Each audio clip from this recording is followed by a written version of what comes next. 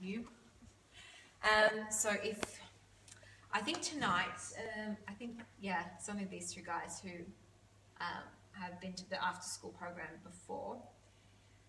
If we can sort of just start and get an idea of where we're going, then we can start implementing some things, and then we can evaluate and look at where it's going, how it's working. Because like I said at the start, a lot of this is theoretical at the moment. We've thought about it, we've planned it, we put a lot of thought into it, we've planned it, and this has happened over the past 3-4 weeks, and now we actually need to implement it. So probably the biggest change, this is where you guys come in, that you are actually the biggest change that's coming into the after school program. Same with the kids lounge. So they're the two big areas where I would love to say I know exactly what's going on, but a lot of it's just going to be trying to gauge where we're at, what's working, what's not working. So I guess the most important thing that you can do is give me feedback. If something's not working, please tell me. And then we can look at how we can fix it and make it better. So don't feel like this has been happening, for the past, 5 years and, it's all into a good routine. Please tell me. It will be really good if you could. Having said that, we are coming up to accreditation. And part of that accreditation requirement is that we need to have Cert 3, working towards Cert 3 qualified staff. Thank you. For supervising the kids. So I guess the good thing about that is that you'll be able to, part of my job is to make sure that the policies and procedures are being followed throughout the rooms. You'll also be able to help me make sure that the policies and procedures are followed specifically in the room and the session that you're working in. That's probably the number one focus at the moment. Supervising kids, helping out with any, if there was any major behaviour issues, let me know straight away, and we'll work through that. But supervising, helping out with the behaviour, there's very, very few clubs where, we actually need to be quite proactive in that behaviour area.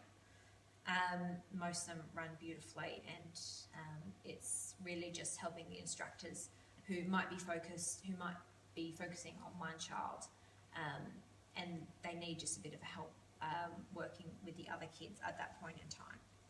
I think from last term, the instructors that had the most difficult kids were probably chess and ballet. Although ballet is a lot smaller this coming term so far. Well, Krav Maga, the kids, because it's quite energetic, the kids have a lot of energy. So the kids they're not no kids, they just need a bit of help. The boys' clubs usually more rowdy, yeah. I didn't say that. And it's the same with the ballet. The girls, they're lovely, but they get riled up. So they just need a hand, settling, and just a bit of extra assistance. It's and chess, just the boys. I think they've come around the past few weeks. I think one of the major, particularly with the boys, is that they go to Mincha. So this is getting a bit sidetracked. When they go to Mincha lunch and it's lots of energy, they come out of Mincha lunch with a lot of energy, which is great. But they just need help kind of toning that down. And with the ballet, I think it's more the preparation, that time, getting the girls ready and just getting them focused. They all change and settled. Yeah. So that kind of, it's just a bit of an extra assistant. I don't think there's a couple of girls who might need, a bit more assistance, but I think most of them they're generally. But a lot less girls have applied for this term, so. Now, behaviour, supervision, accreditation. With the accreditation, the assessor is going to probably want to speak to you more so the instructors. The instructors are there almost as like a bonus. they don't have any legal requirements as working towards Cert 3 educators. You are expected to know the policies and procedures and the way that things operate in the centre. So we do have all the policies and procedures in the office, and I've tried to cover some of those things that, like hand washing the toilets, behaviour management, supervision, all those kinds of things. That's kind of where, if you notice something's, happening in the club, like someone says, oh, little Yakov, you can go to the toilet, but Yakov doesn't have the partner to go with him. Just saying, we need to send someone else with him to go to the toilet. Just that kind of reminding, letting the instructors know, because the instructors are coming in as an external third party, so we can't the onus isn't on them to know our policies and procedures thoroughly. That's kind of more your area. I'll be coming through the rooms. You're technically your assistants, you're the educators, and I'll be coming through and sort of helping you one at a time in the rooms.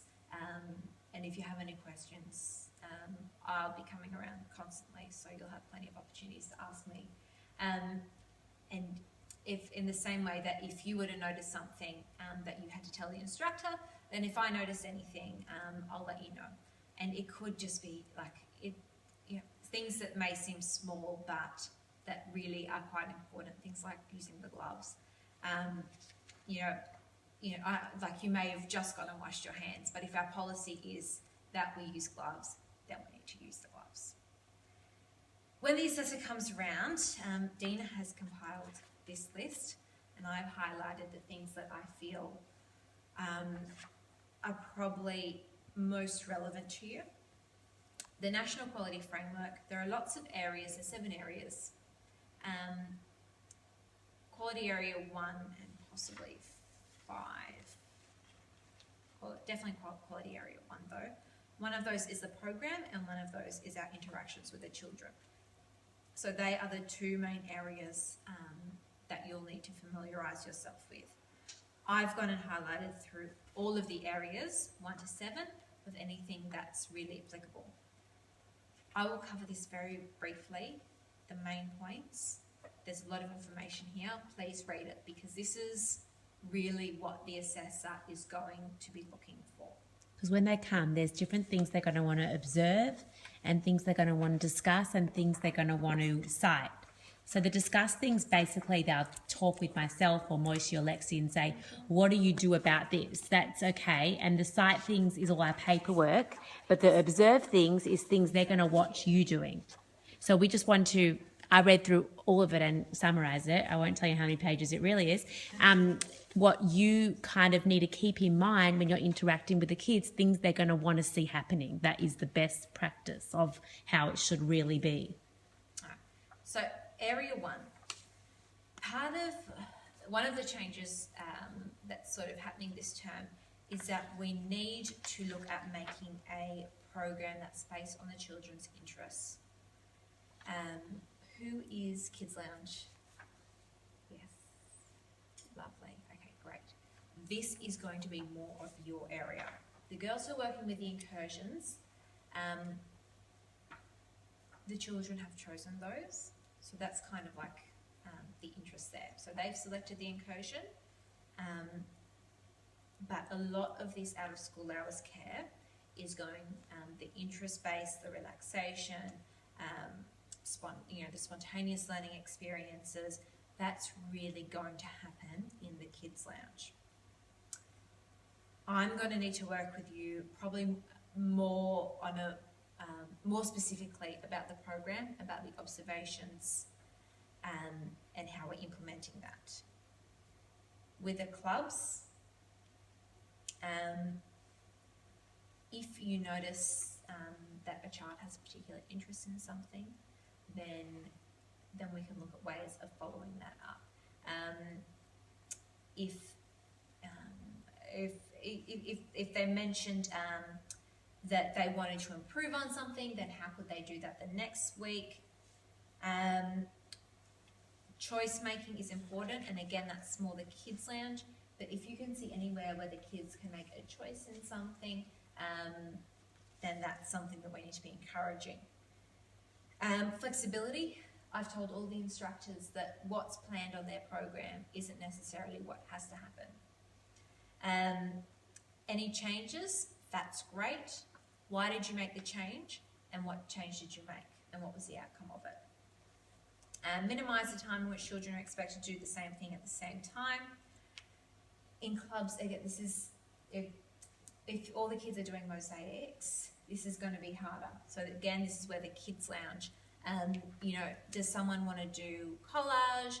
And maybe someone wants to focus, maybe someone wants to play a game. So it's giving kids those choices. With 1.2, this is probably going to be the first thing that I really need us to focus on. Observations observe and record children's learning and behaviour to help with future learning. That's massive. Make use of teachable moments. Use a variety of methods of documentation and reflect on the kids' experiences and learning, such as diary jottings, kids' comments and conversations, photographs and examples of work. That area from 1.2 is really what I want to focus on tonight. During the clubs, you'll be supervising and you'll be assisting with behaviour. You will be letting the instructors know if there's something in the policy that they need to, that you need to let them know about. But during that time, we need to observe the children. Now, I physically can't go around to every club and write an observation on one of those children. So what I have done is I have prepared some